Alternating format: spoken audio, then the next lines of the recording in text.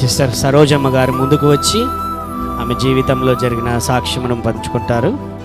ఆమె జీవితంలో జరిగిన అనేకమైన పరిస్థితులు, పరిచర్యలు, అక్కడ ఆమె పల్లెకి వెళ్ళినప్పుడు జరిగిన సంఘటనలు, ఒక చోట మందిరం కట్టాల్సిన పరిస్థితులు అన్నీ కూడా పంచుకుంటారు. దేవుని నామానికి మహిమ కలుగునుగాక. గొప్ప కార్యములు దేవుడు చేసునుగాక. దేవుడు అద్భుత కార్యాలు సూచకార్యాలు చేసినప్పుడు మనం వర్ణించలేము దేవుని ప్రేమని. ఎంతగానో మనము ఆయన ప్రేమని నిలకట్టుకోలేము, కానీ చాలా ప్రేమ దేవుంది.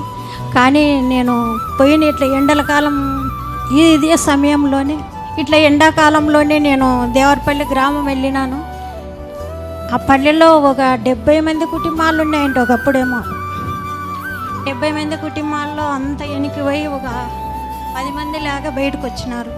వాళ్ళు ఒక 2, 3, 4 అంతే చేస్తున్నారు ఉండేవాళ్ళు, కానీ పాముడి పోయి ఆరాధన చూసుకొని వస్తున్నారు. సంఘం అయితే ఎనికి పడిపోయింది పూర్తి. ఒకప్పుడు నేను దేవరపల్లికి వెళ్ళినప్పుడు ఉస్తశీతలు ఎప్పుడు పోలే, వాళ్ళ క్యారీ తీసుకొని పోతున్నాను, పలావు అన్నం తీసుకొని వెళ్ళిపోతున్నాను. ఎందుకంటే దేవుడు ఎందుకు అంత ప్రేమను పెట్టినాడు వాళ్ళ మీద. నాకు నేనైతే ఎప్పుడు మా ఆయన ఉన్నప్పుడు నేను ఆ చర్చికి వెళ్ళగానే చూసిందాన్ని కాదు. మా ఆయన చనిపోయి ఇప్పుడు 5 ఏళ్ళు అయింది. ఆ చర్చికి అరుగురాలుగా నన్ను దేవుడు వాడుకుంటున్నాడు. కానీ మంది అయితే సంఘం అంటే వాళ్ళు సంఘం కంపౌండ్ గోడ కట్టాలక్క, నువ్వు వస్తున్నావు కదా అని అన్నప్పుడు నేను 1 లక్ష రూపాయలు ఇస్తానమ్మా, మీరే కట్టుకోండి కావాలంటే. నేనైతే అయితే ఎట్లయితుంది అని అన్నప్పుడు, అక్క మాకు సరైన వాళ్ళు ఒక్కరు లేరు, మేమే నీకు అంత ఇంత ఇస్తాము, కానీ నువ్వే ముందు నిలబడి కట్టిల్లు అన్నారు. కట్టిల్లు అన్నప్పుడు నేనేదో చిన్న ఇంత కట్టిస్తామా అనుకున్నా. బాత్రూములు లేవు, దానికి బాత్రూములు లేవు, ట్యాంకీ లేదు, కుళాయి లేదు, ఏం లేవు. అప్పుడు కట్టిల్లు అనుకున్నప్పుడు సరే కట్టిస్తాలే అని ఆయన ఇంటికి వచ్చి, కట్టిస్తానని చెప్పలే, బండలు పాతుతాము అంత అన్నప్పుడు, అక్క 1,40,000 అవుతుంది, 1,40,000 అయితే బండలు పాతుతాము అని వాళ్ళు చెప్పినారు. నేను ఇంటికి వచ్చిన. సరేలేనైనా గేట్ పెట్టుకోండి అని. ఇంటికి వస్తున్నాగా దేవుడు నాతో మాట్లాడుతున్నాడు, నువ్వు బండలు కట్టించి ఎన్నాళ్ళు కూడా ఉంటాయి, బండలు పగిలిపోవా, బండలు కట్టించేకన్నా నిన్ను నేను పిలుచుకోండేది అని నాతో పదే మాట్లాడుతున్నాడు. వెంటనే ఫోన్ చేసినాను, నైనా ఇట్లా బండలు పాతొద్దండి, కానీ దేవుడు కంపౌండ్ గోడే కావాలంటున్నాడు అని నేను అనుకున్నప్పుడు, వాళ్ళు ఏదో కొద్దిగా కట్టుతారు కదా అనుకున్నాం. కానీ 15 సెంట్లో వాళ్ళు గుణాది వేసినప్పుడు వాళ్ళంతా కలిసి ఇచ్చినా కానీ నాకు 70,000 80,000 ఇచ్చింటారు అంతే.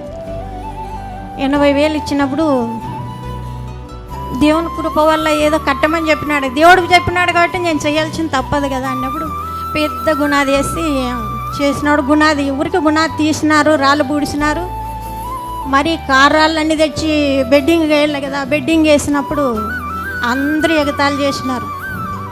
ఆమె ఆడమెంచి వచ్చి ఇంత కట్టిస్తుంది, ఆ 15 సెంట్లో ఆమె ఆడ కట్టిస్తుంది, ఈడ ఊరికి జమ్మంగా వచ్చాడు పొలం అంత అనుకున్నారు. అందరూ అనుకున్నప్పుడు, దేవా నన్నైతే తీసుకొని వెళ్ళినావు, నీ ప్రకారమే నేను నడుస్తున్నా, నాదైతే కాదది, నీ పని కొరకు నన్ను పిలుచుకొని పోయినావు, నేనంతా కట్టిస్తానని నేను అనుకోని. నా ఆశలు అయితే ఎన్నో ఉన్నాయి, కంపౌండ్ గోడ కట్టిల్లా, బాత్రూములు కట్టిల్లా, వీళ్ళకి చాలా ఇబ్బంది ఉండారు కదా, ఆ ట్యాంకీ కట్టిల్లా, కుళాయి లేదు కుళాయి వేపిల్లా, ఇవన్నీ కోరికలు అయితే నాలో పెరుగుతూనే ఉన్నాయి. కంపౌండ్ గోడ కట్టించినప్పుడు గుణాది వేసినప్పుడు అందరూ ఎగతాళి చేసి మాట్లాడినప్పుడు మా చెల్లెలకు అల్లుడు వచ్చేసి బేల్దారి, నన్ను ఒక్కసారి వస్తావా, దేవరపల్లికి వస్తావా, ఇట్లా నీతో పని ఉంది నాకంటే. ఏమత్తమ్మ అంటే, అందరూ ఇట్లా భయపడిస్తున్నారు, 16 లక్షలు అవుతుంది అంటున్నారు, ఒక్కసారి వచ్చి చూడండి అయినా అన్నప్పుడు, ఆ బాబు వచ్చి కానీ ఇది ఎక్కడవుతుందత్తా, 15 లక్షలు లేని ఇది కాదు, కానీ ఇంత పెద్దగా వేసుకుంటారు ఎవరన్నా, కొంచెం వేసుకో, ఏడుదాకా వేసుకో అన్నాడు. అయినా దేవుడు నాతో మాట్లాడుతున్నాడు, అది కాని పని.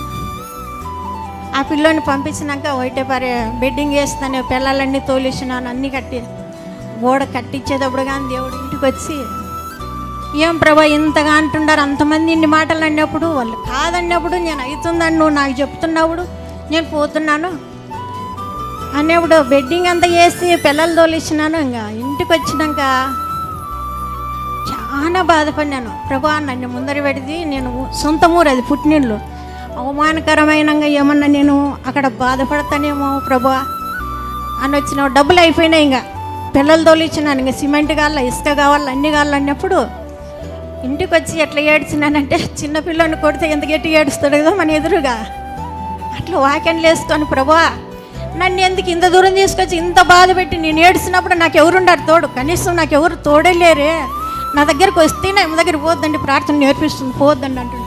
ఒంటరిగా నిలబెట్టుకున్నావు, ఒంటరిగా ఉన్నప్పుడు నాకు ఎవరు తోడన్నప్పుడు ఆ సమయంలో డేవిడ్ ఫోన్ చేసి అమ్మ 50,000 పంపిస్తాను, ఏరే పాప ఆ పెద్దమ్మనికి ఇవ్వాల్సిన 50,000 నేను ఇచ్చేస్తాను. ₹1,00,000 వెంటనే రాత్రి ఏడ్చిన వెంటనే దేవుడు తెల్లారికనే వాళ్ళతో మాట్లాడించినాడు. అప్పుడు అద్భుత కార్యం జరిపించినాడు. బాత్రూములు కట్టించిన, ట్యాంకీ పెట్టించినాను, కొలాయి వేయించినాను, పెద్దది గేటు. నేనేదో కంపౌండ్ గోడ కట్టాలని పోతే వాక్యాలు ఇట్లా పట్టుకుంటేనే అవన్నీ లద్ది పట్టిపోయి ఇట్లా అంటేనే పోతుండాయి, చిమెంట్ వేస్తే లోపలికి పోతుండాయి ఏంటో నా దూరి, ఎవరు దానికి కాపలా ఊరు బయట ఉంది అది అన్నప్పుడు మళ్ళీ వాక్యాలకి గేటుకి అంత కలిసి ₹1,00,000 అయింది. ₹1,00,000 వాక్యాలు ఇనుప వాక్యాలు చేపించినాను భద్రంగా. దేవుని కార్యాలు అట్లా ఉంటాయి చూడుకోకుండా. దేవుని ఇంతగానో ప్రభా నేను అనుకున్నప్పుడు నేను అంత ఏడ్చుకొని ఆ కాంపౌండ్ గోడ గురించే నేను ఇంత బాధపడి ఏడ్చినప్పుడు నువ్వు అన్ని అద్భుతాలే చేసినావు, నేను అడిగినవన్నీ నువ్వు ఇచ్చినావు.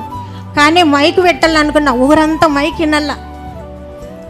వినాలంటే ఇప్పుడు మైకు కానీ నేనైతే డబ్బులు లేవమ్మా మళ్ళీ నేను ఇంత ఇస్తాను మీరు ఇంత తీసుకుంటారంటే వాళ్ళు మంచిగా అంతా 8,000 చేసేసుకుంటే నేను 2,000 ఇచ్చినాను. అది ఏం జరిగిందంటే మా పాస్టర్ వస్తాడు మేమే ఆరాధన చేస్తాము అని వాళ్ళు ఏమన్నారు, ఎవరో వచ్చి కట్టించిపోయినారు, పీటీస్ వాళ్ళు ఎవరు రాలేదు ఇక్కడ, ఏదో ఉండామక్క ఇట్లా అన్నప్పుడు మాదే కదా మా ఊరే కదా మా పెద్దనాళ్ళలో స్థలం ఇచ్చినారు, సంఘం కట్టిపోయినారు, ఇదంతా కట్టినాక మా గోవర్ధన్ వచ్చి ఆరాధన చేస్తాడు, ఇదంతా నాదే కదా అన్నట్లా చాలా ఆలోచన చేసి ఏడ్చుకున్నాం. అంత రెడీ అయినాక వాళ్ళకి బాధ కలిగింది. ఆమె ఎందుకు వచ్చిందో ఏమో ఆక్రమించుకుండేకి వచ్చింది అయ్యమ్మ అని అన్నారు అందరూ. కంపౌండ్ గోడ అయితే 15 సెంటర్లో కట్టించినాను, పెద్దగా కంపౌండ్ గోడ చూడముచ్చటగా ఉంది. కానీ అప్పుడు కంపౌండ్ గోడ కట్టాకే నన్ను ఇంత ఇబ్బందులు అన్నాను ప్రభా. నేను ఇప్పుడు మేము సంఘం కట్టుకోబోతున్నాం కదా, మా సంఘం గురించి ఇంకా నేను ఎంత ఏడ్చుకున్నానో, నాకు అన్ని కన్నీళ్ళు గారిపోయినాయో, నేను ఎంత బాధపడినానో కంపౌండ్ గురించి. మాకు ఇప్పుడు మంచి మందిరం కావాలి కదా, మాకు మందిరం లేదు కదా, మా మందిరం కొరకు కానీ ఏం చేపిస్తావు దేవా నువ్వు, బిడ్డకి ఇంకా ఏమి తెలియదు కదా, నువ్వు వాడుకున్నావు బిడ్డను బలంగా. మా సంఘస్థులందరూ కలిసి ప్రేమతో ఆహ్వానించి మాది కాదు మాకు ఇండ్లు కాదు ముఖ్యం, మాకు సంఘం ముఖ్యమని నా బిడ్డలందరూ ఆరాధించి ఎక్కువ జామన ప్రార్థనలో పోకము 10-12 మంది మేమంతా తెల్లారుజాము 3 గంటలకు లేచి అందరం కలుసుకొని ఫోన్ బైలో ప్రార్థన చేస్తాము. ఆ సమయంలో అడిగినప్పుడు దేవుడు పద్మ అని మన దగ్గరకు వస్తుంటుంది అప్పుడప్పుడు. ఆమె ఏం చేసిందంటే, అక్క తెల్లారుజాన ఈశ్వర పండుగ రోజు అందరూ తెల్లారుజాన వెళ్తారు మందిరానికి, మీ మందిరానికి ఎండవన్నాక పోతావు కదా, మా మందిరానికి వస్తావా, తెల్లారుజాన వస్తావా అని. సరేలేని వెళ్ళినాను. అక్కడికి వారి ఇంట్లో వండుకున్నాక సాయంకాలం 12 అంతవరకే నేను నిద్రపోయిన. 12కే దర్శనం ఇచ్చే దేవుడు. నాకైతే మన సంఘం అయితే ఇంకా చూపించలే, ఇల్లేమో ఫోటోలు గీటలు చూపించలేదు. కానీ రాత్రి దర్శనం ఇచ్చిన. నువ్వు కంపౌండ్ గురించి అంత ఏడ్చి కట్టించినానని బాధపడుతుండవు, నీ మందిరం ఎట్లా జరుగుతుందో చూడండి నాకు దర్శనం ఇచ్చే దేవుడు. ఏం దర్శనం ఇచ్చినాడంటే, ఇక్కడ వచ్చి గోవర్ధన్ వచ్చి చిన్న పొట్టేళ్ళు పట్టుకున్నాడు, తెల్ల పొట్టేళ్ళు పట్టుకున్నాడు, తెల్ల డ్రెస్ వేసుకున్నాడు గోవర్ధన్. నేను వచ్చి అక్కడ నిలవన్నాను. అప్పుడు కింద ఎవరున్నారు, మణికుమార్ ఆంటీ ఉంది, మేమిద్దరు పైన ఉన్నాం.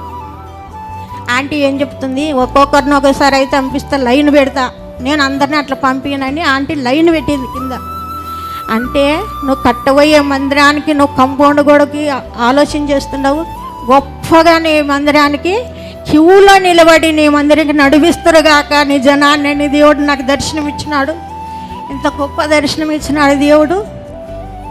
నేనైతే కంపౌండ్ గోడకి ఒక 5.5 లక్షలు పెట్టుకున్నాను. నా సంఘానికి నేను 2 లక్షలు ఇవ్వాల్సిందేను, కానీ నా పరిస్థితి అట్లుంది. దేవుని మందిరానికి ఒక 50,000 కానుకిచ్చి మన మందిరానికి తగినంత అక్కడ ఎంత పెద్ద గేట్ పడుతుందో ఆ గేట్ నేనే ముందరుంటే గేట్ నేనే చేపిల్లా అనుకున్నాను మన మందిరం కొరకు.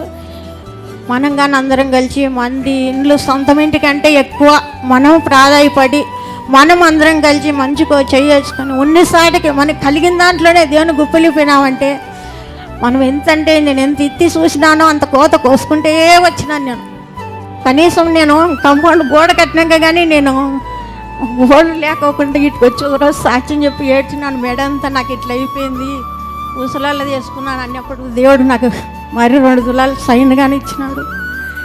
దేవుడు మనకి ఏ కొదవ చేయడు. ఎంత ఎత్తుతావో అంత కోత కోసే తీస్తారు ఎవరైనా కానీ. దేవుని మందిరం గురించి ప్రతి ఒక్కరూ ఆలోచన చేసి ప్రతి ఒక్కరూ ప్రార్థన చేసి మన మందిరం ఎట్లుండాలో అని ఊహలకు అందనంతగా మీరు ఆలోచించినాడంటే ఖచ్చితంగా అందరితో మాట్లాడతాడు. మనం ఎట్లుండాలా, మనం ఇన్ని రోజులు మనం ఈ సంఘంలోనే ఉన్నాం. మనకి సొంతం సంఘం కావాలనుకున్నప్పుడు దేవుడు నెరవేర్చుతాడు. మన పట్ల దేవుడు కార్యం నెరవేరుస్తాడు. మన ఫాదర్ని గొప్పగా వాడుకోవాలా, మన బిడ్డలందరూ సంఘ బిడ్డలందరూ గొప్ప గొప్ప సాక్ష్యాలు చెప్పుకోవాలా అని మనం అందరం కలిసి ఆసక్తి కలిగి మనం సేకి వేసుకొని మనం అందరము దేవుని కొరకు దేవుని మందిరం కొరకు ఎంత గుప్పిలిప్పాలి అనుకుంటే అంత గుప్పిలిప్పినారంటే దేవుడు ఇచ్చేది అంతా ఇంత కాదు కానీ చాలా వర్ణించలేము ఆయన ప్రేమను. మనము ఇంత గొప్ప సాక్ష్యం దేవుడు ఈ చిన్న సాక్ష్యాన్ని దీవించను కాక. ఇదిగో డేవిడ్ విషయంలో కానీ అమ్మ నువ్వు ఎందుకు బాధపడుతున్నావు, అమ్మ నువ్వు బాధపడవద్దు, నువ్వు ఎవరు లేరు కదా నైనా నాకు ఇంకెవరు ఉండారు చెప్పు అంటే, ఎవరేం కలమ్మా నీ దగ్గర ఎంత లేదు, అంత పెద్ద దేవుడు ఉన్నాడు కదా, నేను ₹1,00,000 ఇస్తాలే నీ సంఘం గురించి నీ కంపౌండ్ గురించి బాధపడద్దు అన్నాడు. ₹1,00,000 డేవిడ్ గారు నాకు సాయం చేసినాడు. ఆ విషయంలోన దేవుని నామానికి మహిమ కలగలగా ఇంతమందరం కలిసి మనమందరం కలిసి ప్రార్థన చేసి దేవుని మందిరానికి ఆశించినామంటే నాకు వచ్చిన దర్శనాలు మీకు కానీ ఇస్తాడు. మన మందిరం ఎట్లుండాలో మీకు కానీ చూపిస్తాడు దేవుడు.